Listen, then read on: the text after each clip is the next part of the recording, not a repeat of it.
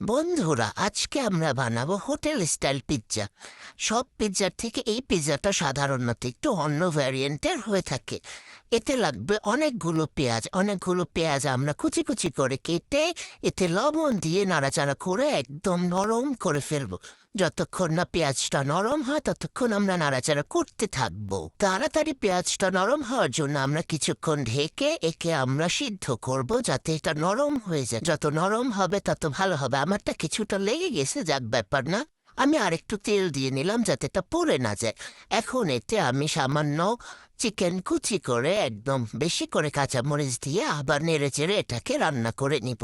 পেঁয়াজের সাথে চিকেনের মিশ্রণটা যাতে ভালো করে মিশে যায়, এজন্য ভালো করে নেড়ে আমি একটু সামান্য চিনি দিয়ে দিব যাতে একটা মিষ্টি মিষ্টি লাগে।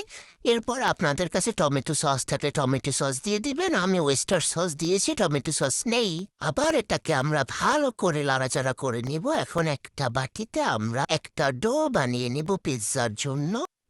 ইস্ট, দুধ, গরম পানি, চিনি দিয়ে যেভাবে ডো বানায় সেভাবেই বানিয়েছি। এবার আমি প্যানে পিৎজাটা আজকে বানাবো। এজন্য প্যানে ওয়েস্টার সস দিয়ে চিলি সস দিয়ে আমি ভালো করে মাখিয়ে নেব, মানে একটা পিৎজার সসের মতো বানাবো।